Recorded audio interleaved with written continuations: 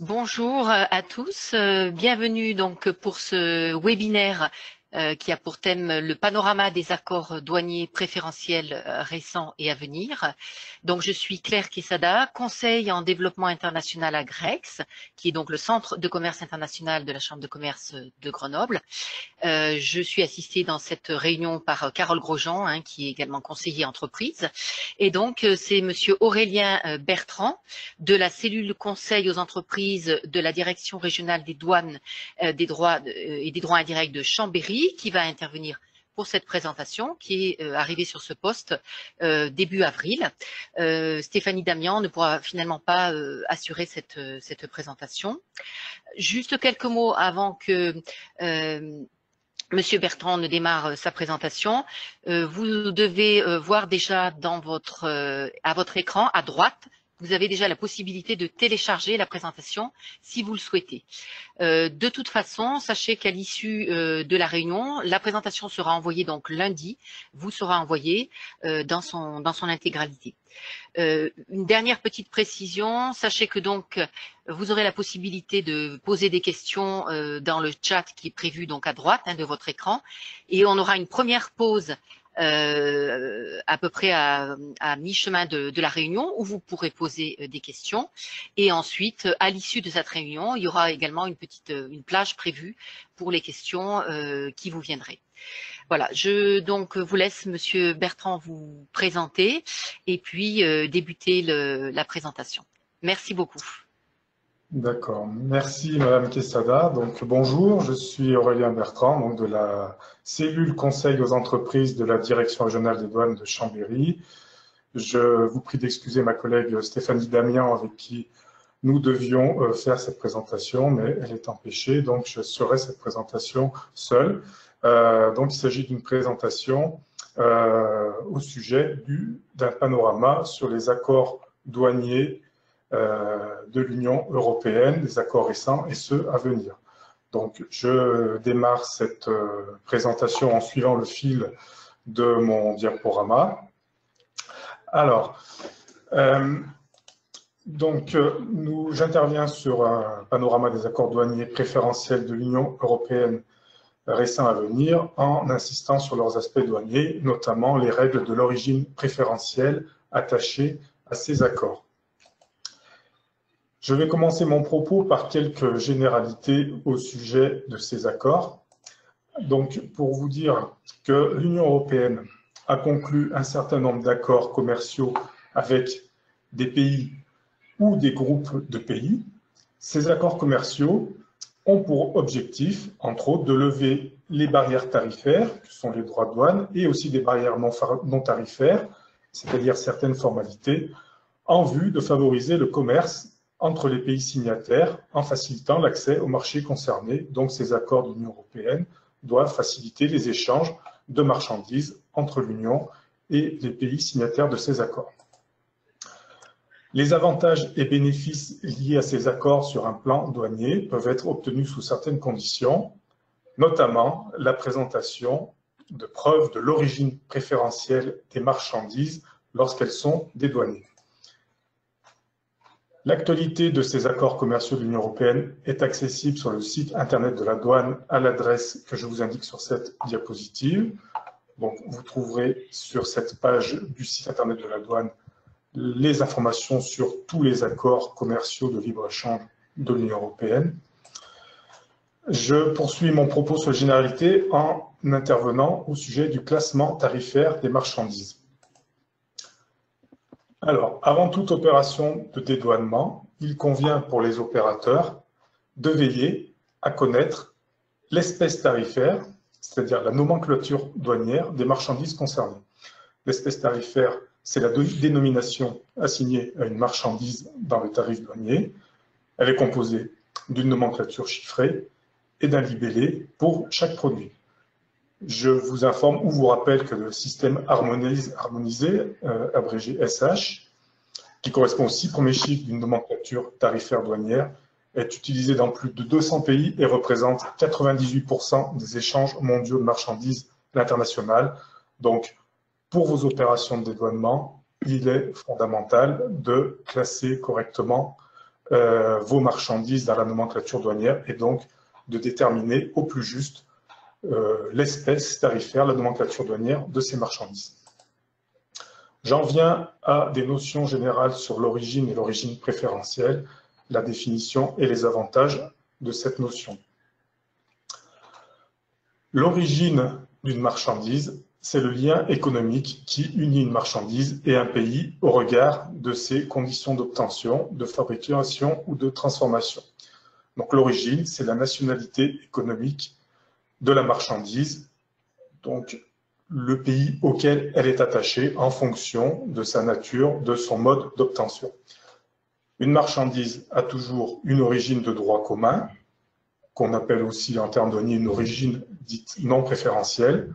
Cette origine de droit commun ou origine non préférentielle permet, dans les opérations de dédouanement, l'application de droits de douane et la mise en œuvre de mesures de politique commerciale telles que des contingentements, l'application de quotas ou la mise en œuvre de droits anti-dumping. Les accords commerciaux conclus entre l'Union européenne et ses partenaires confèrent aux marchandises de l'Union échangées avec ces différents pays des avantages tarifaires qui sont liés à une origine dite préférentielle des produits. Donc, pour bénéficier de cette origine préférentielle propre aux marchandises et reconnue par les parties signataires de ces accords commerciaux, les marchandises doivent remplir des conditions fixées par le protocole origine de l'accord conclu avec le pays concerné. Donc, dans chaque accord commercial conclu entre l'Union européenne et les différents partenaires commerciaux, les différents pays partenaires, eh bien, il y a dans cet accord un protocole origine. Et dans ce protocole origine sont présentées, définies les règles qui confèrent à une marchandise l'origine préférentielle pour chaque partie de l'accord et donc la reconnaissance des caractères de cette origine préférentielle dans les échanges entre les deux parties. Il appartient donc aux opérateurs, dans leurs opérations d'exportation, dans le cadre des accords de l'Union européenne, de vérifier que leurs marchandises respectent bien les règles d'origine préférentielle prévues dans ces différents accords avec les pays en question pour se prévaloir de cette origine préférentielle et bénéficier ainsi des avantages qui vont avec. Alors, ces avantages, justement, bien les marchandises ayant une origine préférentielle peuvent, dans le cadre des accords conclus entre l'Union et les pays tiers partenaires, bénéficier d'un traitement tarifaire préférentiel, c'est-à-dire de taux de droit de douane réduits ou nuls à l'importation dans les parties contractantes. Donc, si vous exportez une marchandise qui a l'origine préférentielle de l'Union européenne vers un pays partenaire signataire d'un accord, eh bien, à condition que cette marchandise respecte bien les caractères d'origine préférentielle, vous n'aurez pas de droits de douane ou des droits de douane réduits à payer à l'importation d'un pays partenaire. Donc, cette origine préférentielle d'une marchandise constitue, pour les opérateurs, un facteur de compétitivité à l'international. Les éléments qui permettent de déterminer si un produit peut bénéficier de l'origine préférentielle Union européenne donc sont repris, comme je vous le disais, dans chaque accord. Alors, il y a certaines constantes, néanmoins, chaque accord prévoit les règles d'origine préférentielle. Donc, pour pouvoir être réputé originaire de l'Union européenne ou du pays partenaire en cas des accords, le produit destiné à être exporté doit être obtenu soit entièrement dans un pays, dans une des parties de l'accord, soit obtenu par transformation ou ouvraison suffisante de toutes les matières non originaires du pays en question dans le processus de fabrication de ces produits. Donc, tous les accords de l'Union européenne prévoient une liste exhaustive de produits dits entièrement obtenus dans l'Union européenne ou l'autre partie contractante. Donc, je vous mets sur cette diapositive des exemples de produits entièrement obtenus. Donc, c'est une liste générique, mais la liste, même si toutes les listes de produits entièrement obtenus se ressemblent d'un accord à l'autre, chaque accord a bien sa propre liste de produits entièrement obtenus. Donc, par exemple, tous les produits du règne végétal récolté au sein d'une partie contractante à l'accord sont considérés comme originaires de cette partie, les animaux y étant élevés, etc., les produits y étant fabriqués, et toutes les marchandises fabriquées exclusivement à partir de produits originaires de cette partie à l'accord. Donc toutes les relations préférentielles, tous les accords préférentiels de l'Union européenne prévoient que certaines opérations, en raison de leur importance mineure, ne confèrent jamais de caractère originaire à un produit. On parle là de transformation insuffisante. La liste de ces transformations insuffisantes est une liste exhaustive, également propre à chaque accord d'origine préférentielle. Donc, pour déterminer le caractère originaire ou non d'une marchandise, il convient de se référer au protocole origine de l'accord concerné par la relation commerciale que vous entretenez avec donc, les pays concernés. Alors, des exemples d'ouvraison ou transformation insuffisante. Je vous en ai mis une liste générique, mais là encore, la liste dépend de chaque accord. Donc, prenons un exemple. Vous recevez dans vos locaux une marchandise originaire d'un pays tiers. Vous faites de simples opérations de manutention, donc vous la déballez, vous la remballez dans votre carton. Eh bien, ces manipulations de base, destinées à assurer uniquement le stockage ou le transport dans d'autres conditions, sont considérées comme des transformations insuffisantes. Donc, ces manipulations ne conféreront pas à cette marchandise tierce un caractère communautaire et ne suffiront donc pas à donner une origine préférentielle Union européenne à ces marchandises venant d'un pays tiers. Chaque accord préférentiel contient aussi une liste des ouvraisons ou transformations suffisantes à réaliser sur les matières non originaires pour que le produit puisse acquérir l'origine préférentielle. Là aussi, en annexe de chaque protocole origine des accords préférentiels, cette liste des ouvraisons ou transformations suffisantes est indiquée. Donc, ces ouvraisons ou transformations suffisantes se définissent comme des critères de transformation applicables à des produits tiers pour leur donner, suite à ces ouvraisons, le caractère de produit originaire dans une des parties des accords considérés. Et donc, ces ouvraisons ou transformations, pour chaque accord, sont basées sur le classement tarifaire, donc la nomenclature douanière des marchandises que j'évoquais il y a quelques instants. Voilà. Donc, ces critères d'ouvraison ou transformation suffisantes concernent donc uniquement les matières, produits qui ne sont pas originaires d'une partie des accords pour la mise en œuvre de la fabrication des produits finis. Donc, ces règles de transformation suffisantes sont aussi appelées dans chaque accord règles de liste. Alors, ces règles de liste les plus communes sont celles que je vous indique sur cette diapositive. Elles varient d'un accord à l'autre, mais bon, voilà, ça dépend des accords, ça dépend du classement tarifaire des marchandises. En général, pour qu'une matière, un produit originaire d'un pays tiers puisse, suite à des transformations, acquérir le caractère communautaire, souvent, il faut qu'il y ait un changement de position tarifaire, un changement de nomenclature douanière dans le processus de transformation. Alors, j'attire votre attention sur le fait que toute matière achetée au sein de l'Union européenne n'a pas automatiquement l'origine préférentielle Union européenne, puisqu'elle peut avoir été importée depuis un pays tiers et dédouanée dans un pays de l'Union européenne. Le dédouanement confère à ce produit le statut douanier de marchandise de l'Union, mais pas une origine Union européenne. Également, une matière peut avoir été produite dans l'Union européenne, mais pas suffisamment transformée selon les règles que je viens d'évoquer pour acquérir une origine Union européenne. Alors, rapidement, je vous précise aussi que chaque accord préférentiel de l'Union européenne prévoit des tolérances dans l'incorporation de matières non originaires des parties de l'accord pour la constitution des produits finis. Ce sont en général des pourcentages qui sont exprimés 10 à 15% de la valeur du produit final en général. Là aussi, tout ceci est propre à chaque accord. Alors, j'en viens maintenant au document justificatif de l'origine préférentielle. Donc, cette origine préférentielle que je viens de définir et d'évoquer, elle doit être justifiée pour pouvoir bénéficier, pour que l'opérateur qui la met en œuvre puisse bénéficier des avantages qui y sont liés. En droit commun, le justificatif de l'origine préférentielle doit, en principe, être présenté au moment du dédouanement. Ces documents justificatifs de l'origine préférentielle diffèrent selon les accords.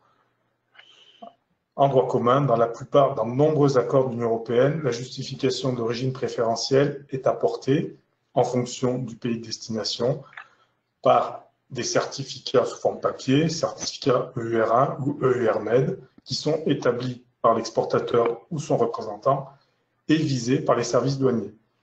Cette procédure nécessite pour chaque exportation un déplacement au bureau de douane pour faire viser ces certificats d'origine. Toutefois, en cette période de crise épidémique que nous connaissons actuellement, je vous signale simplement que des facilités sont prévues pour la gestion de ces certificats d'origine, avec notamment la possibilité d'utiliser des copies transmises par voie dématérialisée, par mail, par les opérateurs à leur bureau de douane, à condition que les pays destinataires de la marchandise concernée par ces certificats appliquent la réciprocité. Donc, avant d'avoir recours à ces copies de certificats, rapprochez-vous de votre bureau de douane pour être certain que le pays vers lequel vous souhaitez exporter sous couvert de ces certificats accepte bien ces processus allégés, ces processus dématérialisés, le temps de la crise épidémique que nous vivons actuellement. Attention encore, certains accords préférentiels de l'Union européenne parmi les plus récents, notamment celui avec la Corée du Sud, celui avec le Canada, celui avec le Japon ou encore celui avec Singapour, ne prévoient plus la possibilité de recourir à ces certificats papier visés par le bureau de douane. Donc, ces accords récents ne reconnaissent plus les certificats EUR. Dans ces cas-là, seule une déclaration d'origine de l'opérateur sur facture ou sur un autre document commercial constitue un justificatif d'origine préférentielle. Donc, en général, pour les exportations d'un montant supérieur à 6 000 €, il est alors impératif pour les opérateurs d'avoir un statut soit d'exportateur agréé, soit d'exportateur enregistré, selon les accords. Ces accords commerciaux donc, prévoient pour la plupart que les exportations d'une valeur inférieure à 6 000 € peuvent être les marchandises couvertes par ces exportations peuvent bénéficier de l'origine préférentielle sur une simple déclaration d'origine sans autre formalité, déclaration établie par l'opérateur. Au-delà du seuil de 6 000 €, c'est le seuil qui est repris dans la plupart des accords, l'opérateur doit bénéficier d'un statut particulier, ce que j'évoquais. Je vous indique simplement que ce seuil de 6 000 € est élevé à 10 000 € pour l'accord d'association entre l'Union européenne et les territoires d'outre-mer. Alors, j'en viens au statut d'exportateur agréé. Donc, ce statut d'exportateur agréé est délivré par la douane et se traduit par un numéro d'autorisation unique délivré à tout exportateur. Ce statut d'exportateur agréé permet à l'opérateur, dans le cadre des accords commerciaux au sein desquels ce statut est connu, de certifier lui-même sur sa facture ou un autre document commercial l'origine préférentielle de ces marchandises sans avoir besoin donc de présenter des certificats de notre nature auprès de la douane. Donc, le statut d'exportateur agréé allège et simplifie les formalités documentaires pour les opérateurs à l'exportation et donc permet à leurs clients de bénéficier de taux de droit de douane réduits ou nuls. Donc, l'opérateur, avec ce statut, se dispense de passer au bureau de douane pour viser ces certificats d'origine. Pour obtenir ce statut d'exportateur agréé, eh bien, une demande auprès de la douane doit être établie en utilisant le formulaire dédié que vous trouvez directement sur le site internet de la douane, au lien que je vous ai mis sur cette diapositive. Voilà, vous tombez sur la page du site de la douane expliquant toute la démarche. Le formulaire se présente ainsi. Donc, vous décrivez la raison sociale de votre entreprise et les produits concernés par cette demande. Vous adressez cette demande de statut d'exportateur agréé au bureau de douane dont vous dépendez. Donc, votre demande est examinée et ensuite, une autorisation vous est délivrée et ce statut d'exportateur agréé est reconnu pour tout le territoire national, quel que soit le bureau de douane. Et la démarche, bien sûr, est gratuite. Autre statut, celui d'exportateur enregistré, qui va avec le système REX. Donc, ce statut d'exportateur enregistré, à l'instar du statut d'exportateur agréé, permet à l'opérateur, dans le cadre des accords commerciaux pour lesquels ce statut est reconnu, de certifier lui-même l'origine préférentielle de ses marchandises par le biais d'une attestation apposée sur la facture, un autre document commercial. Attention, donc on parle bien de deux statuts différents à ne pas confondre, statut d'exportateur enregistré et statut d'exportateur agréé. Pour les accords avec le Japon et le Canada, eh bien, ce statut d'exportateur enregistré, comme nous le verrons, est obligatoire pour justifier l'origine préférentielle de vos marchandises à destination de ces pays pour tout envoi de plus de 6 000 €. L'obtention du statut d'exportateur enregistré se traduit par la délivrance d'un numéro d'identification du numéro REX à reporter sur les déclarations d'origine. Ce numéro REX est délivré une fois pour toutes et il est utilisable dans toutes les déclarations d'origine à destination de pays reconnaissant le statut d'exportateur enregistré. Pour obtenir le statut d'exportateur enregistré, les modalités sont à faire en ligne directement sur le site de la douane via le service en ligne Soprano REX. Auparavant, il vous faut avoir ouvert un compte sur le site de la douane. Donc, je vous ai mis le lien sur la diapositive précédente pour accéder à la page de demande d'exportateur enregistré. Alors, je vous ai remis quelques diapositives vous montrant le cheminement pour faire cette demande en ligne d'exportateur enregistré d'inscription dans REX. Donc, vous avez différentes explications avant d'en arriver à la page concernant le formulaire à remplir en ligne. Une fois votre formulaire en ligne complété et validé par la douane, un numéro REX vous est attribué. C'est un numéro unique, valable pour l'ensemble des relations avec les pays reconnaissant le statut d'exportateur enregistré. Alors, à ce stade, nous en arrivons à un premier sondage. Donc, je vous pose une question. Oui. Alors, du coup, je vais effectivement, nous en sommes arrivés donc au premier sondage. Donc, la question qui vous est posée, les statuts d'exportateur agréé ou d'exportateur enregistré permettent à leurs détenteurs de se dispenser d'établir une déclaration d'exportation, de certifier l'origine préférentielle des marchandises, de valider eux-mêmes les UR1 ou encore de ne pas subir de contrôle douanier. Donc, à vos souris.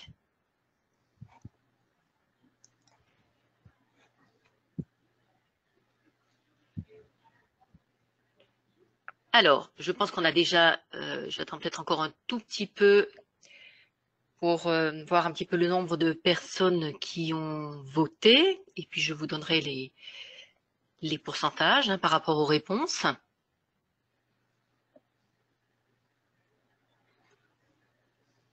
Alors, donc, on va dire que par rapport aux résultats, nous avons 2% des personnes qui indiquent que ça permet donc de se dispenser d'établir une déclaration d'exportation.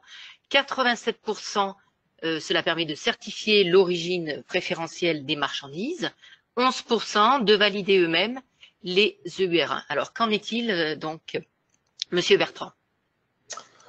Alors, donc, la bonne réponse, c'est que ces deux statuts, exportateur agréé et exportateur enregistré, permettent à l'opérateur, à leur détenteur, de certifier eux-mêmes l'origine préférentielle de leurs marchandises. Donc, c'était la seule bonne réponse. Si je reviens sur les autres propositions, donc les autres propositions ne sont pas valables. Les opérateurs doivent quand même faire des déclarations d'exportation. Valider les EUR1 eux-mêmes, ils ne le peuvent pas. Mais bon, ces deux statuts, EA et EE, permettent de certifier l'origine préférentielle des marchandises directement par une déclaration d'origine sur facture ou sur document commercial, comme je l'évoquais juste avant. Alors, je poursuis mon propos et j'en viens maintenant plus précisément à certains accords préférentiels de l'Union européenne mis en œuvre récemment ou qui le seront prochainement. Alors, d'abord, je vous mets quelques liens, notamment sur le site internet de la douane pour la liste des accords préférentiels contractés par l'Union européenne. Je vous renvoie également, dans un deuxième lien, à la Direction générale du commerce de la Commission européenne, la DG Trade, qui vous présente les différents accords, les accords les plus récents de l'Union européenne et ceux qui sont en cours de négociation via donc le lien que je vous ai mis sur cette page. Je vous précise aussi que la base de données d'accès au marché Market Access Database de la Commission européenne est accessible à tous les opérateurs et renseigne sur les droits de douane et sur les réglementations applicables à l'importation dans les pays concernés. Donc, préalablement à toute exportation, notamment vers les pays que nous évoquions, vous pouvez consulter sur cette base les droits de douane qui seront dus sur vos marchandises à l'importation dans les pays avec lesquels vous commercez. Donc, la page de Market Access Database sur le site de la Commission européenne se présente ainsi. J'en viens maintenant donc à évoquer l'accord économique et commercial global entre l'Union européenne et le Canada et son acronyme anglais CETA, Comprehensive and Economic Trade Agreement. Le CETA, l'accord économique entre l'Union européenne et le Canada, est entré en application provisoire le 21 septembre 2017.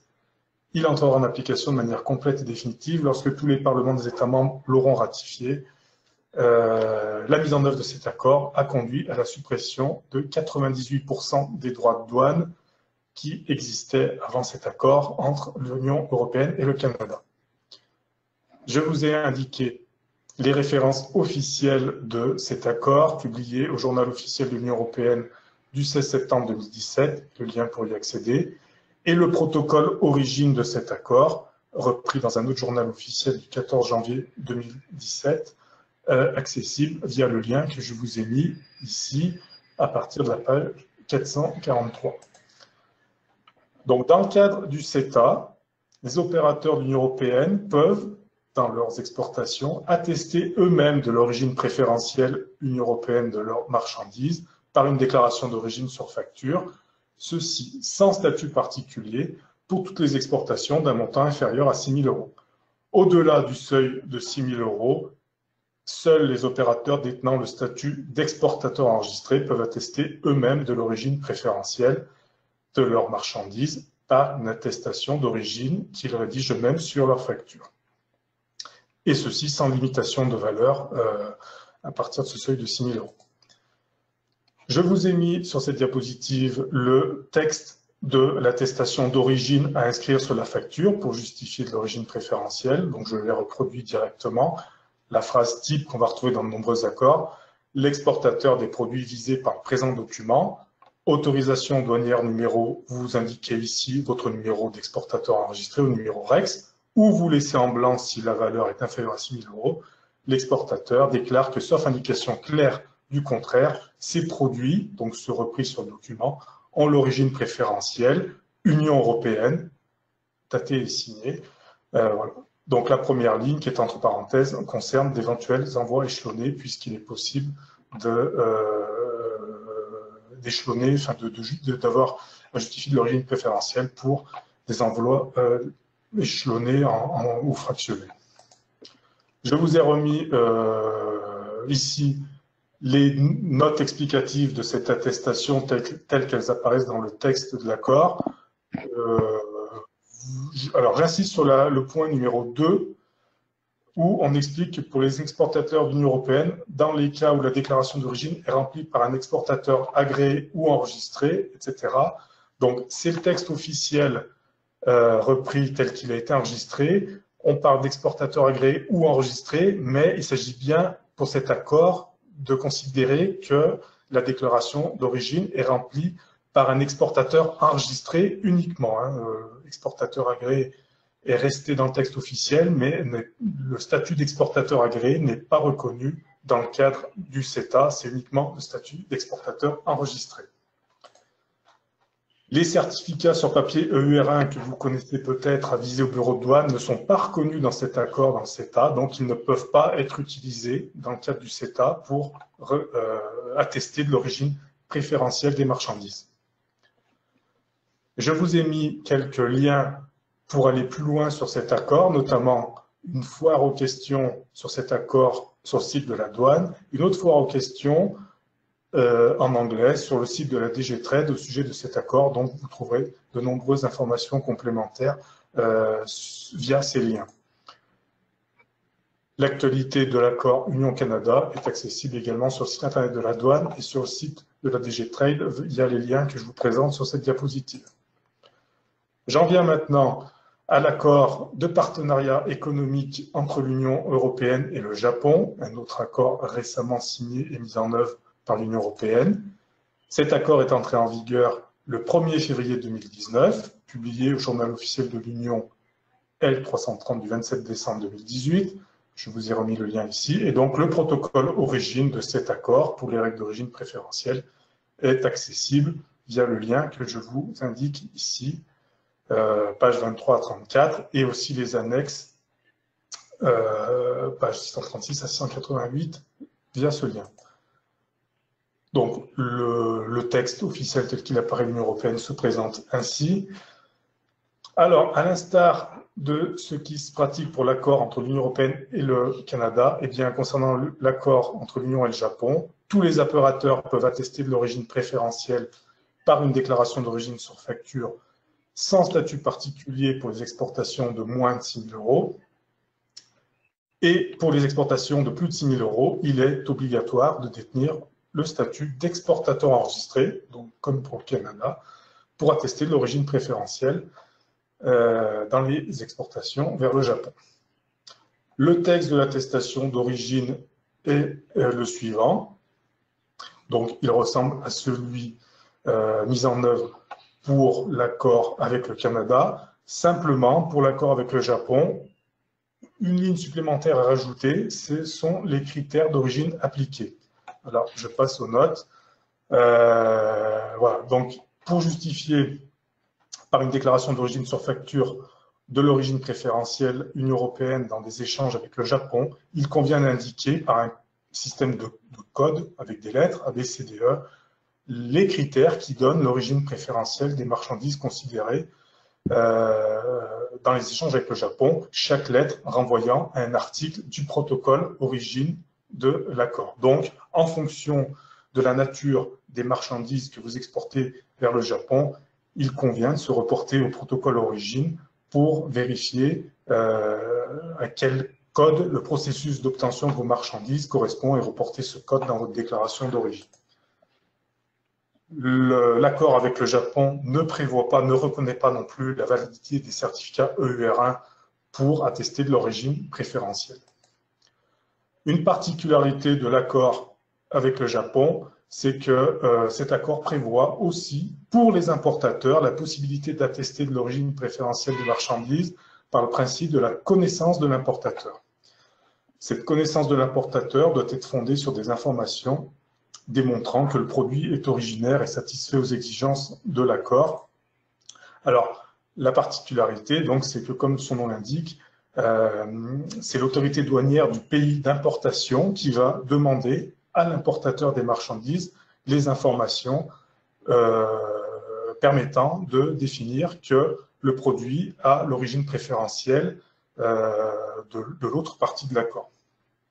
Donc, ces informations sont la description du processus de production, la valeur des matières originaires et non originaires entrant dans la composition du produit et le code douanier de toutes les matières non originaires. Donc, ça impose de fait pour l'importateur d'obtenir de l'exportateur des marchandises des informations sur la nature de ces marchandises, sur leur processus de fabrication, pour pouvoir les communiquer aux autorités douanières du pays d'importation lorsque c'est ce principe de connaissance de l'importateur qui est utilisé pour la justification de l'origine préférentielle des marchandises. Donc, je vous ai remis également quelques liens sur cet accord Union européenne-Japon, notamment des foires aux questions assez détaillées sur le site de la douane et sur le site de la DG Trade. Et donc une actualité concernant ces deux accords, accessibles là aussi sur les deux sites, douane française et sur le site de la DG Trade de la Commission européenne, avec des informations assez détaillées. Beaucoup sont en anglais, mais il y a beaucoup d'informations pratiques qui peuvent être utiles aux opérateurs. Donc, à ce stade, je pense qu'on va passer à quelques questions, si vous en avez. Tout à fait. Donc, je vous remercie, Monsieur Bertrand, pour cette première partie de présentation qui était très claire. Alors, je vais effectivement lire les questions que nous avons reçues. On en a une qui concerne plus particulièrement le Vietnam. Donc, celle-là, on la traitera peut-être une fois que vous aurez présenté l'accord UE-Vietnam. Alors, la première question, on me demande simplement si les personnes qui suivent le webinaire vont recevoir par la présentation. Donc, effectivement, on va vous l'envoyer par courriel. Alors, ensuite, une question, je pense que vous pourrez y répondre quand même rapidement parce que vous êtes quand même, vous avez bien expliqué. La question est, alors c'était un petit peu au début de la présentation, je n'ai pas bien compris la différence entre l'exportateur agréé et l'exportateur enregistré. Alors, je regarde si, voilà.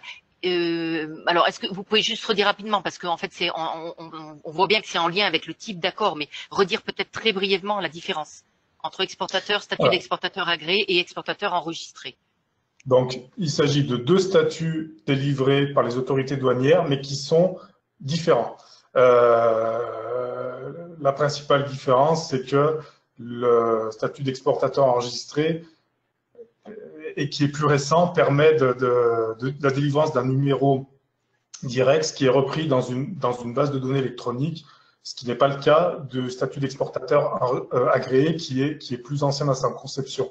Donc, il s'agit de deux statuts différents, mais en fonction des accords signés par l'Union européenne, ceux que j'évoque aujourd'hui et d'autres, eh bien, les accords reconnaissent soit le statut d'exportateur agréé, soit le statut d'exportateur enregistré dans leur texte pour justifier de l'origine préférentielle d'une marchandise. Donc, ce sont bien deux statuts différents qui ont la même finalité, c'est-à-dire permettre à l'opérateur d'attester lui-même de l'origine préférentielle de ses marchandises, mais en fonction de l'accord commercial considéré et donc du pays vers lequel vous allez exporter, eh bien, vous aurez à utiliser soit l'un, soit l'autre. D'ailleurs, rien ne vous empêche d'avoir les deux statuts selon vos flux de marchandises. Voilà. Donc, le statut d'exportateur agréé est plus historique, on va dire, mais avec l'évolution des systèmes d'information, de communication, on est passé, l'évolution, c'est d'aller vers ce statut d'exportateur enregistré qui permet un enregistrement dans une base de données électronique. Et d'ailleurs, comme on le verra un peu plus loin, la plupart des nouveaux accords, ceux signés récemment ou ceux qui sont en cours de négociation, tendent à privilégier ce statut d'exportateur enregistré qui va progressivement s'imposer comme le statut de référence, mais les accords signés de manière plus ancienne reconnaissent encore à ce stade le statut d'exportateur agréé. D'accord. Alors, je vois qu'il y a d'autres questions qui sont arrivées. Alors, une question qui m'est posée, enfin qui vous est posée. Quel document ou quelle démarche la douane demande-t-elle pour valider la demande d'exportateur agréé? Et puis, alors peut-être là-dessus, j'ai une question complémentaire, mais allez-y. Si vous pouvez répondre à cette question, Monsieur Bertrand, déjà, s'il vous plaît. Donc, le statut d'exportateur agréé ou celui d'exportateur enregistré d'ailleurs, au départ, ce sont donc les opérateurs qui le demandent auprès de la douane. Donc, il y a un petit dossier à monter où on va demander essentiellement la nature des marchandises que l'opérateur commercialise, leur processus de fabrication et surtout, on va s'assurer que l'opérateur conserve bien les justificatifs concernant la production de sa marchandise, qu'il les conserve bien dans ses systèmes d'information, de manière à ce que des contrôles puissent éventuellement être opérés auprès de l'opérateur. Alors, au moment du dédouanement, mais aussi, surtout, a posteriori. Donc, ce qui va être important quand vous faites votre demande d'exportateur agréé, c'est la description du processus de fabrication de vos marchandises. Y a-t-il des marchandises non originaires de l'Union qui rentrent en jeu dans la fabrication de ces marchandises? Et surtout, comment vous conservez, quels sont les justificatifs que vous avez sur les processus de fabrication et comment vous les conservez, comment vous pouvez les mettre à disposition des autorités douanières s'il y a besoin de faire des contrôles. D'accord, très bien. Alors, j'ai une autre question, parce qu'il y a beaucoup de questions qui arrivent. On va peut-être pas pouvoir toutes les traiter tout de suite. Alors, j'ai une autre question concernant le statut d'exportateur enregistré. Pourquoi la manière de certifier les origines sur les factures est-elle différente? Pourquoi les manières de certifier du coup les origines sur les factures sont-elles différentes en fonction du pays de destination? Alors, le statut d'exportateur enregistré, c'est un statut qui est général, mais les modes d'attestation, ils sont bien propres à chaque accord. Donc, en fonction des négociations qui ont eu lieu entre l'Union européenne et les pays partenaires, il peut y avoir des similitudes, mais aussi quelques différences. Ça tient à la nature des relations commerciales, à la nature des négociations entre l'Union et les pays partenaires dans l'intitulé de ces attestations. Donc, comme je vous le disais, l'attestation avec d'origine dans l'accord avec le Japon est un peu plus complète que celle dans l'accord avec le Canada. Ça tient au fait que les négociations entre l'Union européenne et le Japon ont conclu que dans le cadre précis de cette relation, il fallait aller un peu plus loin dans la description des processus. Donc, même si le statut d'exportateur enregistré, le numéro REX, est général et attribué une fois pour toutes à l'opérateur pour toutes les relations, tous les accords qui reconnaissent ce statut, eh bien, l'attestation en elle-même, les critères, eux, sont propres à chaque accord et donc découlent de ce fait de la négociation et du texte final de chacun de ces accords. Merci beaucoup. Alors, une autre question. Alors, une origine britannique, Grande-Bretagne, peut-elle être déclarée préférentielle si elle respecte les accords, bien sûr? Autrement dit, la Grande-Bretagne fait-elle toujours des accords UE avec les autres pays? Donc là, c'est la question du Brexit aussi, notamment, qui est derrière, j'imagine. Est-ce que vous pouvez répondre là-dessus, Monsieur Bertrand? À ce stade, la Grande-Bretagne, le Royaume-Uni fait toujours partie de l'Union européenne. On est dans une phase de transition où il y a une recherche d'accord entre l'Union européenne et le Royaume-Uni pour les suites. Enfin, jusqu'au 31 décembre, à ce stade, vu les négociations en cours, jusqu'au 31 décembre 2020, le Royaume-Uni fait toujours partie de l'Union européenne. Concernant l'attestation d'origine Grande-Bretagne, il faut bien comprendre que tous les accords commerciaux douaniers sont signés au niveau de l'Union européenne avec les pays partenaires. Donc, l'origine préférentielle reprise ne peut pas être l'origine d'un pays propre à l'Union. C'est toujours une origine Union européenne puisque les accords concernés sont signés au niveau de l'Union au nom de tous les États membres de tous les États membres de l'Union européenne. Donc, dans tous les accords que j'évoque, lorsque je parle d'origine préférentielle, eh bien, c'est origine préférentielle Union européenne et pour l'autre partie, origine préférentielle Japon, Canada, etc. Mais dans le cadre de ces accords, la notion d'origine préférentielle ne peut pas se rapporter à un ou l'autre des pays membres de l'Union. Très bien, merci beaucoup. Alors, on va prendre une dernière question. Ensuite, on passera donc, on vous laissera dérouler la deuxième partie. Alors, ai-je bien compris, le statut de REX est l'unique possibilité de justification d'origine préférentielle des marchandises dans le cadre des accords entre l'UE et le Japon? Exactement, oui, c'est ça. Pour les envois de plus de 6 000 €, c'est le mode de justification de l'origine préférentielle. Si vous exportez des marchandises pour un montant inférieur à 6 000 €, vous n'avez pas besoin de statut particulier pour attester vous-même de l'origine préférentielle. Vous le faites directement par une mention d'origine sur votre facture. Voilà. Après, à partir du seuil de 6 000 €, il vous faut le statut d'exportateur enregistré. Pour l'accord avec le Japon, je vous ai parlé de la connaissance de l'importateur, qui est un mode de reconnaissance de l'origine préférentielle spécifique à cet accord. Donc, en gros, si vous exportez des marchandises vers le Japon et que vous voulez les justifier par le biais de la connaissance de l'importateur, c'est votre client japonais, l'importateur, qui devra justifier auprès des autorités douanières du Japon de l'origine préférentielle des marchandises d'origine préférentielle Union. Donc, ça impose que vous ayez des liens commerciaux avec votre client au Japon pour lui transmettre des informations qui peuvent parfois être confidentielles, attestant d'origine préférentielle Union. Donc, même si l'accord entre l'Union européenne et le Japon prévoit ce principe de la connaissance de l'importateur, on va dire en gros que c'est pas le mode de justification d'origine préférentielle qui est forcément le plus prôné par les instances. Voilà, on va préférer vous orienter vers un statut d'exportateur enregistré qui préservera mieux les intérêts de l'exportateur. Mais là, encore une fois, les négociations entre l'Union européenne et le Japon ont conduit à la mise en place de ce principe de la connaissance de l'importateur, qui est vraiment propre à cet accord Union européenne-Japon, on ne le retrouve pas ailleurs.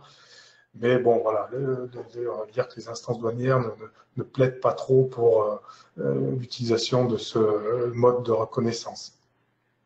Très bien. Voilà. Merci beaucoup, Monsieur Bertrand. Donc, je vais vous laisser continuer à dérouler votre présentation, et puis on refera donc une séance questions. Donc, à l'issue, donc une fois que vous aurez terminé votre présentation. D'accord. Voilà. Entendu.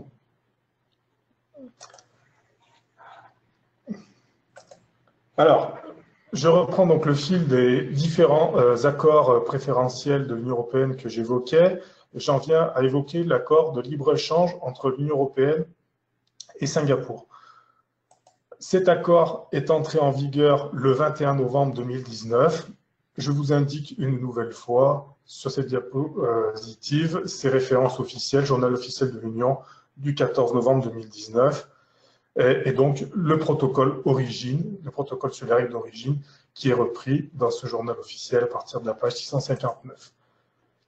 Dans le cadre de cet accord, on retrouve le seuil de 6 000 € en dessous duquel tout opérateur de l'Union exportant vers Singapour peut attester lui-même de l'origine préférentielle par une déclaration d'origine sur facture, donc pour toutes les exportations de moins de 6 000 €. Au-delà du seuil de 6 000 €, le seul moyen d'attester de l'origine préférentielle dans vos exportations, c'est d'avoir le statut d'exportateur agréé. Donc, attention, pour cet accord, la justification d'origine préférentielle se fait bien par le statut d'exportateur agréé, donc qui vous est indispensable pour des exportations de plus de 6 000 € vers à destination de Singapour.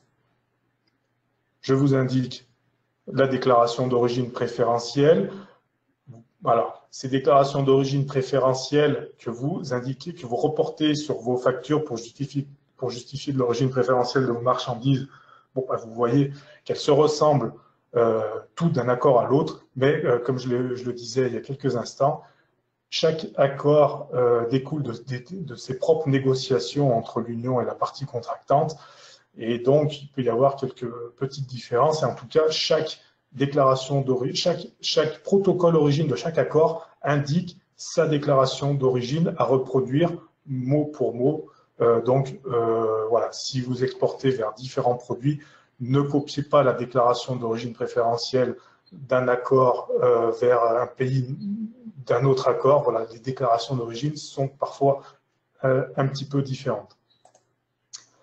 L'accord entre l'Union européenne et Singapour ne reconnaît pas, lui non plus, la possibilité d'utiliser des certificats EUR1 pour justifier de l'origine préférentielle.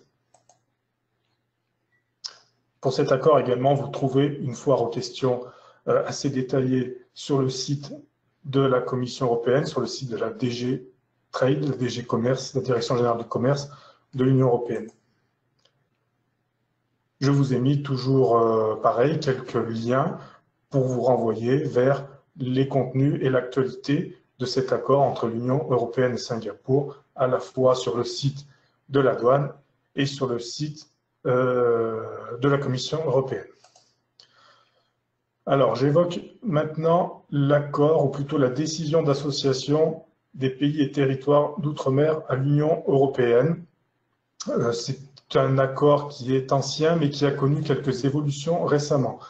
Donc, cette association pays d'outre-mer Union européenne date de 2013, mais l'annexe 6 de cette décision relative aux notions de produits originaires a été modifiée en décembre 2019.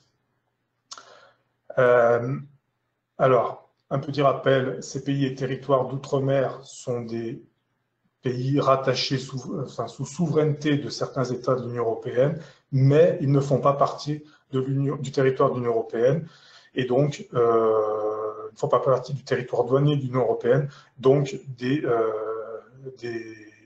opérations de dédouanement existent entre ces pays et territoires. Je vous ai remis la liste de ces pays et territoires. Vous y retrouvez notamment la Nouvelle-Calédonie ou encore la Polynésie française, mais aussi le Groenland sous souveraineté danoise, ou certaines îles des Antilles ou de l'Atlantique sous souveraineté britannique ou néerlandaise.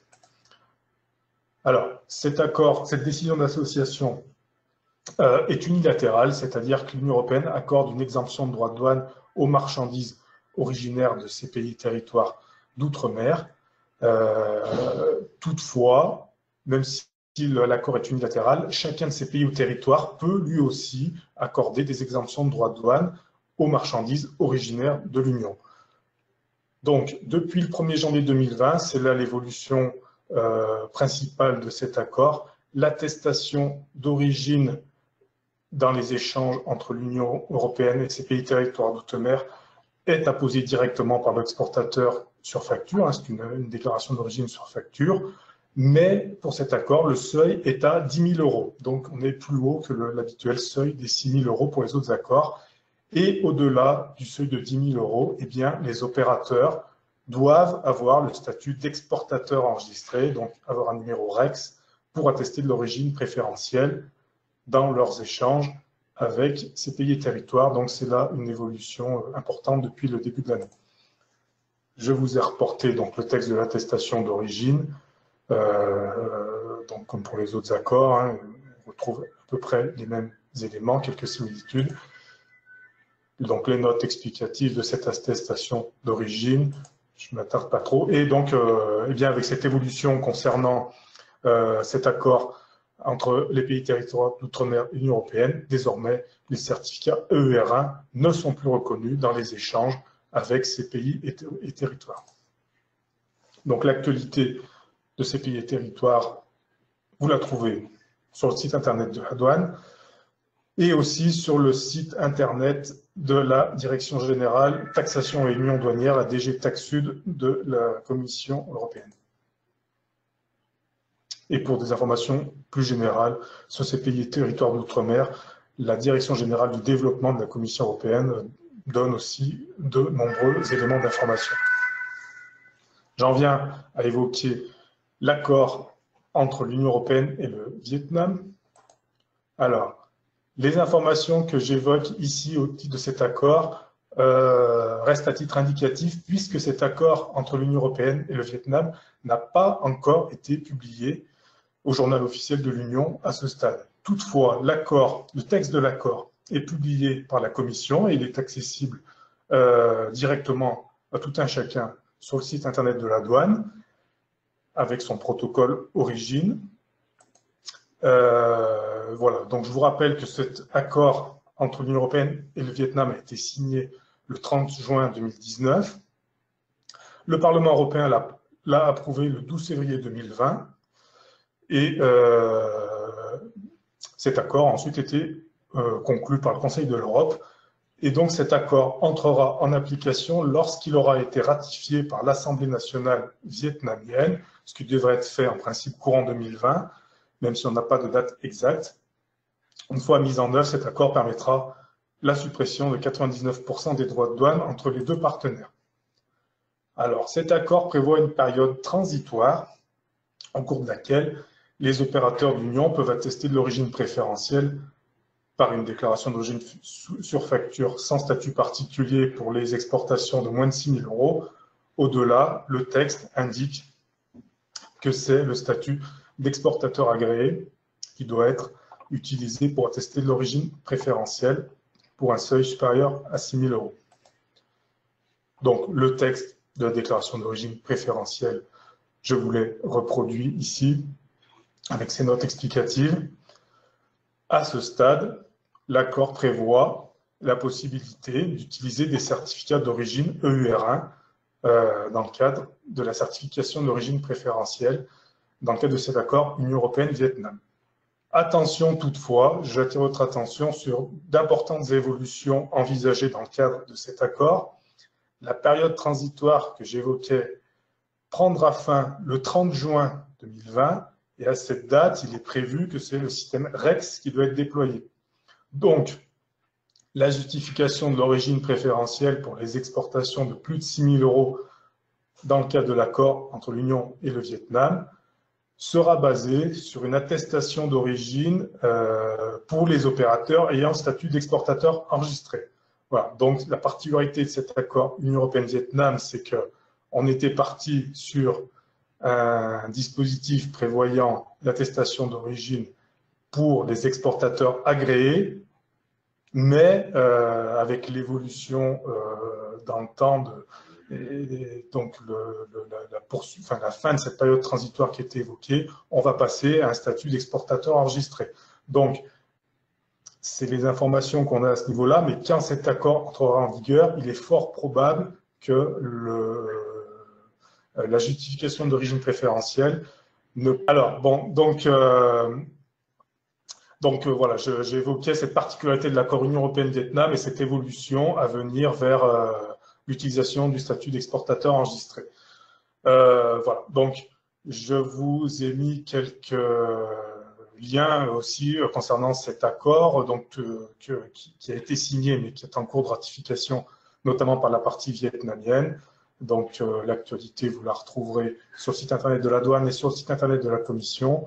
Et puis, concernant spécifiquement cet accord, j'attire votre attention sur le fait que la Direction générale du commerce, la DG Trade, a publié un guide pratique de l'accord Union européenne-Vietnam que vous trouverez à l'adresse que je vous indique sur cette diapositive. Ce guide pratique est rédigé en anglais, mais il est assez fourni et assez assez complet, assez lisible. Donc, il vous détaillera tous ces éléments, notamment que je viens d'évoquer sur les règles d'origine, sur la partie réglementation douanière, règles d'origine entre l'Union européenne et le Vietnam. Alors, j'évoque maintenant l'accord entre l'Union européenne et le Mexique. J'évoquais le nouvel accord Union européenne-Mexique qui est en cours de ratification, donc pas encore officiellement publié. Il va remplacer un accord précédent qui datait de 1997, qui est donc destiné ce nouvel accord est destiné à améliorer cet accord existant au bénéfice des deux parties signataires. Alors, bien que l'accord ne soit pas officiellement publié, les textes de l'accord, eux, sont accessibles sur le site de la Commission européenne. Et donc, bon, là, je vous indique qu'il y a un processus juridique actuellement en cours de ratification de cet accord au sein des instances européennes avec une navette entre la Commission, le Parlement et le Conseil de l'Europe. Mais les textes sont accessibles sur le site de la Commission européenne à l'adresse que je vous indique ici. Alors, les textes prévoient, eh bien, comme pour le Canada ou le Japon, que l'origine préférentielle, dans le cadre de ces échanges Union européenne-Mexique, peut être attestée directement par l'opérateur par une déclaration d'origine sur facture pour les exportations de moins de 6 000 €. Au-delà du seuil de 6 000 €, c'est le statut d'exportateur enregistré, donc le numéro REX, qui servira de support pour la justification de l'origine préférentielle par une attestation d'origine sur facture. Le texte de l'attestation d'origine, je vous le reporte sur cette diapositive. Donc, à ce stade, les textes de l'accord n'ayant pas encore été traduits dans toutes les langues de l'Union européenne, on n'a que la version anglaise. Mais bon, à terme, normalement, l'accord sera traduit dans toutes les langues de l'Union. Je vous indique les différentes notes explicatives pour cette attestation d'origine. Alors, il n'y a pas de petit 3. Voilà, le texte tel qu'il est publié actuellement n'a pas repris le point 3 des notes. Il faut savoir aussi que dans le cadre du processus de ratification, il y a tout un processus de relecture de ces accords. Donc, il y a peut-être des choses qui vont être corrigées lorsque le texte de l'accord sera définitivement publié. Cet accord Union européenne-Mexique ne prévoit pas la possibilité d'utiliser des certificats EUR1. Voilà, donc, voilà, une fois aux questions sur cet accord Union européenne-Mexique en anglais est accessible sur le site de la Commission, de même que l'actualité de cet accord. Et je passe donc à l'accord suivant qui concerne l'accord commercial entre l'Union européenne et le Mercosur. Je vous rappelle que les pays composant le Mercosur sont l'Argentine, le Brésil, le Paraguay et l'Uruguay. Le Venezuela, qui faisait partie du Mercosur, a été suspendu de l'institution depuis quelques années. Là aussi, attention, cet accord entre l'Union européenne et le Mercosur n'a pas été définitivement adopté ni publié au journal officiel de l'Union. Donc, je vous donne quelques informations à titre indicatif. L'accord de principe entre les deux parties, Union européenne et Mercosur, a été trouvé le 28 juin 2019. L'accord doit abolir la majorité des barrières tarifaires, comme la plupart des autres accords de l'Union européenne. La date d'entrée en vigueur n'est pas prévue à ce stade. Voilà, on est dans un processus de vérification juridique du contenu de l'accord par les deux parties. Donc, voilà, au niveau européen, les processus juridiques de ratification sont en cours entre la Commission, le Conseil et le Parlement. Les textes tels qu'ils sont accessibles pour cet accord, bien que non définitif, prévoient là aussi une possibilité d'attestation d'origine sur facture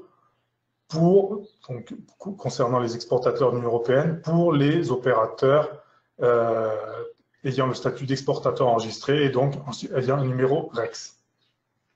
L'accord prévoit la possibilité pour tout opérateur sans statut particulier d'attester directement d'origine préférentielle par une attestation sur facture pour les exportations inférieures à un seuil qui n'est pas déterminé à ce stade dans le texte de l'accord. Donc, on peut penser que l'Union européenne va proposer un seuil de 6 000 €, puisque c'est le seuil qu'on trouve dans la plupart des autres accords. Quoi qu'il en soit, chaque partie doit informer l'autre de la valeur de ce seuil en dessous duquel l'attestation d'origine préférentielle pourra se faire directement sans statut particulier. Le texte de l'attestation d'origine, lui, il est déjà prévu dans les textes tels qu'ils sont mis à la disposition du public sur le site de la Commission. Alors, je les ai reproduits ici. Donc, bon, une partie est déjà traduite en français. En revanche, les notes d'explication, elles, n'ont pas été traduites à ce stade. Alors, il faut noter aussi que dans le cadre de cet accord, pendant une période de transition de 5 ans au maximum, les opérateurs côté Mercosur seulement, ça ne concerne pas les opérateurs européens, les opérateurs du Mercosur pourront utiliser un certificat d'origine spécifique pour attester de l'origine préférentielle de leurs produits, un certificat d'origine donc sur papier. Les modalités d'émission de ce certificat devront préalablement être transmises par le Mercosur à la Commission européenne. La période de transition est prévue pour 5 ans. À l'issue de ces périodes de 5 ans, donc, il faudra que les opérateurs du Mercosur aient un système équivalent à REX pour attester de l'origine préférentielle de leurs produits. Alors, donc, je vous ai mis quelques liens une fois aux questions et l'actualité de cet accord auquel vous pouvez accéder sur le site de la Commission européenne. Alors, j'évoque maintenant l'accord commercial entre l'Union européenne et l'Australie. Voilà, rapidement, pour vous dire que des négociations sont en cours entre l'Union européenne et l'Australie depuis 2 ans pour arriver à un accord commercial global visant à supprimer les barrières au commerce entre ces deux partenaires. Et en principe, en tout cas l'Union européenne l'a proposé, pour l'application des règles d'origine, un principe de déclaration de l'origine sur facture par l'exportateur devrait être la base pour la reconnaissance de l'origine préférentielle. Donc vraisemblablement, ce sera le statut d'exportateur enregistré, le système REX, qui servira pour justifier de l'origine préférentielle dans cet accord à venir entre l'Union européenne et l'Australie. Il n'y a pas d'entrée en vigueur pour cet accord fixé à ce stade, mais une actualité sur cet accord est disponible sur le site de la Commission européenne à l'adresse que je vous rapporte ici. Alors, concernant l'accord entre l'Union européenne et la Nouvelle-Zélande, eh bien, c'est un peu la même chose que pour l'Australie. Des négociations sont en cours depuis 2 ans en vue de parvenir à un accord commercial global entre l'Union européenne et l'Australie. Cet accord devrait réduire les barrières commerciales entre les deux parties, ce qui permettra aux entreprises européennes d'intervenir en Nouvelle-Zélande sur un pied d'égalité avec les entreprises de pays ayant déjà des accords commerciaux avec la Nouvelle-Zélande. Là aussi, pour ce futur accord, l'Union européenne a proposé un système de reconnaissance de l'origine préférentielle sur facture. Donc là aussi, on s'achemine vers la mise en œuvre du statut d'exportateur enregistré pour justifier de l'origine préférentielle dans les futures relations Union européenne-Nouvelle-Zélande. La date d'entrée en vigueur de cet accord n'est pas fixée non plus à ce stade. Les négociations se poursuivent pour fixer le texte de cet accord. L'actualité donc, de cet accord est accessible également sur le site de la Commission européenne. Alors, après avoir évoqué ces différents accords entre l'Union européenne et les pays, enfin, ces différents accords les plus récents et ceux à venir, on arrive à un deuxième sondage. Voilà. Donc, alors, merci pour cette présentation de nouveau. Alors, le deuxième sondage. Donc, je veux exporter à Singapour des marchandises d'un montant de 8 000 €. Pour cela, je dois avoir le statut d'exportateur agréé, avoir le statut d'exportateur enregistré, donc REX. En dessous du seuil de 10 000, je n'ai besoin d'aucun de ces statuts. Et enfin, accompagner ma déclaration d'un certificat d'origine EUR1. À vos souris.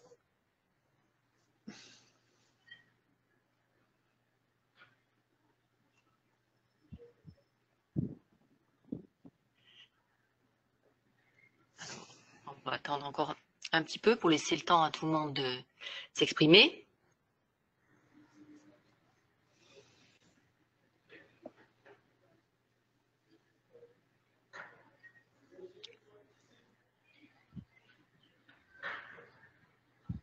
Alors, donc, nous avons 50% des personnes qui répondent avoir le statut d'exportateur agréé, 30% avoir le statut d'exportateur enregistré, 12% qui prennent l'option en dessous du seuil de 10 000 €, je n'ai besoin d'aucun de ces statuts, et 8% accompagner ma déclaration d'un certificat d'origine EUR1. Qu'en est-il, Monsieur Bertrand? Alors, donc la bonne réponse, c'est avoir le statut d'exportateur agréé. Donc, je reviens sur la question. Hein. Donc, dans les relations entre l'Union européenne et Singapour, c'est le statut d'exportateur agréé qui est reconnu comme comme nécessité pour reconnaître, pour attester de l'origine préférentielle directement. Bien que ce soit un accord récent, on est encore sur un statut d'exportateur agréé qui est plus ancien. C'est un peu la particularité de cet accord. Le statut d'exportateur enregistré n'est pas reconnu dans le cadre de cet accord. Et donc, le seuil en dessous duquel on peut attester de l'origine préférentielle sans statut particulier dans l'accord avec Singapour est de 6 000 €, donc, et non pas 10 000. Et concernant la quatrième proposition, eh bien, l'accord entre l'Union européenne et Singapour ne reconnaît pas la possibilité d'utiliser des certificats EUR1 pour justifier de l'origine préférentielle.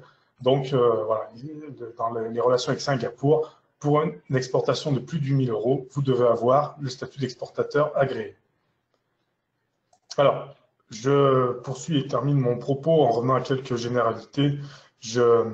J'évoque le renseignement tarifaire contraignant pour vous indiquer que, en cas de doute sur le classement tarifaire de votre marchandise à la nomenclature douanière, je vous rappelle, comme je disais tout à l'heure, qu'il est fondamental pour attester de l'origine préférentielle de vos marchandises, de savoir à quelle position tarifaire elles se classent pour vérifier selon quelles règles elles peuvent bénéficier de l'origine préférentielle, eh bien, si vous avez un doute sur le classement tarifaire de vos marchandises, vous pouvez demander à la douane un renseignement tarifaire contraignant, un RTC. Ce RTC permet de sécuriser le classement dans la nomenclature douanière des marchandises importées ou exportées. Ce RTC lie l'ensemble des administrations douanières de l'Union européenne.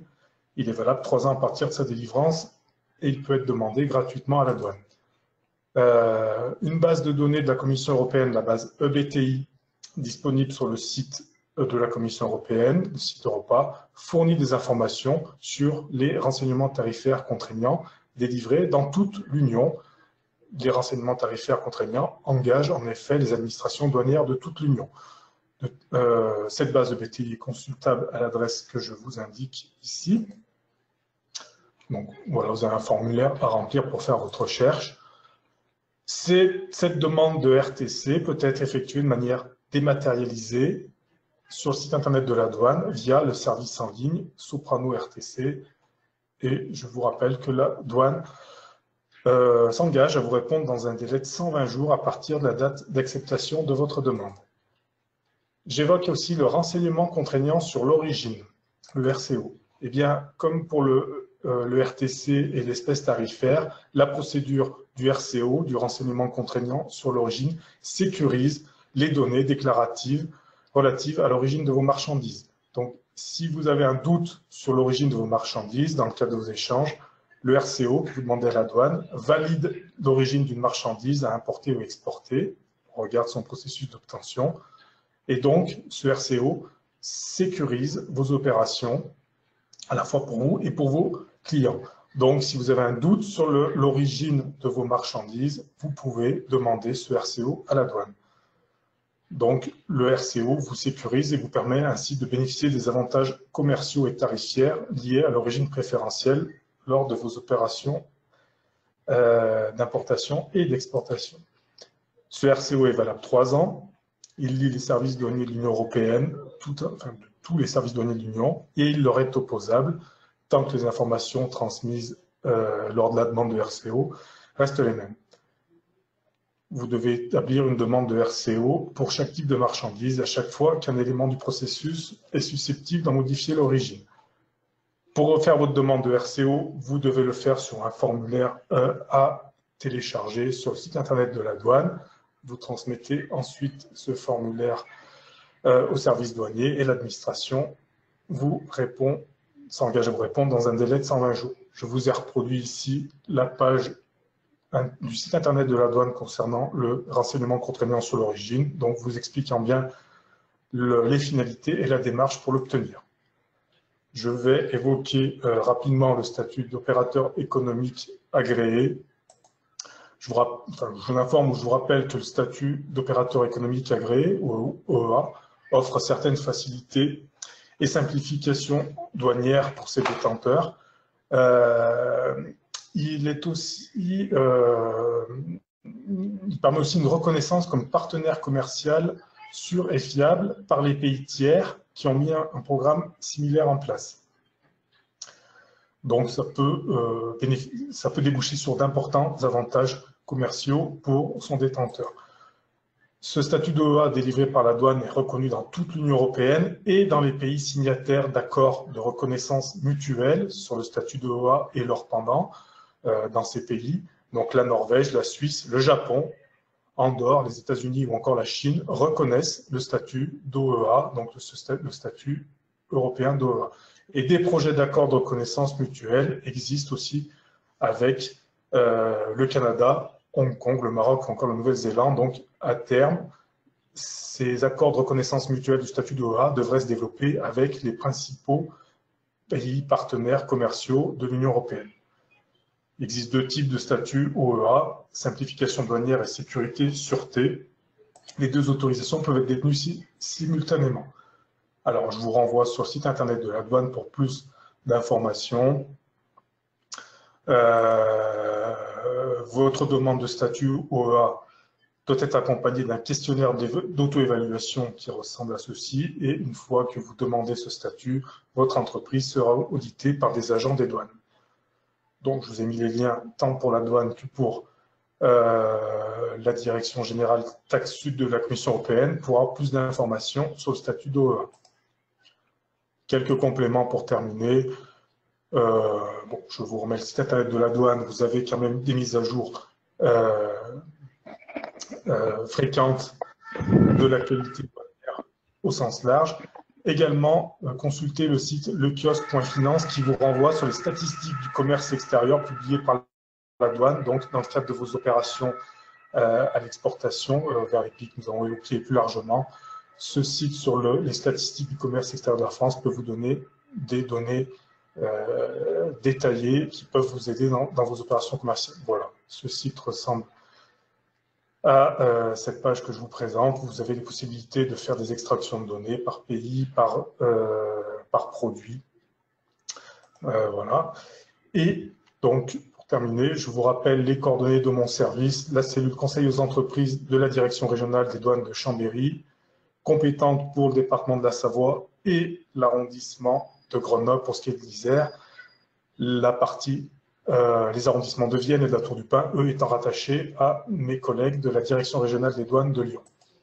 Donc Stéphanie Damian et moi-même faisons partie de ce service de la cellule conseil aux entreprises des douanes de Chambéry. Voici nos